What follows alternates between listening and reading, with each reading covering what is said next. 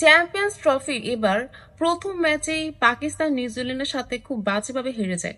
আর গতকালকে চ্যাম্পিয়ন্স ট্রফির সবচেয়ে হাইপড ম্যাচে ভারতের সাথেও আরো একটি বা লজ্জাজনক পরাজয় গ্রহণ করেছে পাকিস্তান। এখন টেবিলের 4 নম্বর পজিশনে, মানে গ্রুপ 1-এর 4 নম্বর পজিশনে রয়েছে পাকিস্তান, যেখানে তাদের এনআরআর হচ্ছে -1.087। সেখানে নিউজিল্যান্ড একটি ম্যাচ জিতে এখনো +1.2 এনআরআর নিয়ে রয়ে গিয়েছে।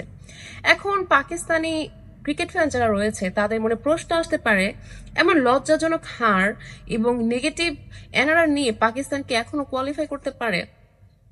এখানে কিন্তু কিছু কন্ডিশন রয়েছে। ক্যালকুলেটর নিয়ে বসতে হবে, পাকিস্তানকে তাকিয়ে থাকতে হবে অন্যান্য দেশের উপর। আজকে বাংলাদেশ বনাম নিউজিল্যান্ড ম্যাচটি হতে যাচ্ছে, সেখানে বাংলাদেশকে অবশ্যই নিউজিল্যান্ডকে হারিয়ে দিতে হবে। তারপর ইন্ডিয়া যখন নিউজিল্যান্ডের সাথে খেলবে, সেখানেও নিউজিল্যান্ডকে হারতে হবে। তারপর আজকে বাংলাদেশ যখন আবার পাকিস্তানের সাথে খেলবে, সেখানে পাকিস্তান বাংলাদেশকে একটি বড় নেট রান রেটের বিনিময়ে হারিয়ে দিবে। এই 3টি কন্ডিশন পূরণ হলেই পাকিস্তান যেতে পারে চ্যাম্পিয়ন্স ট্রফির সেমিফাইনালে, যেটার সম্ভাবনা আমি মনে করি যে খুবই ক্ষীণ।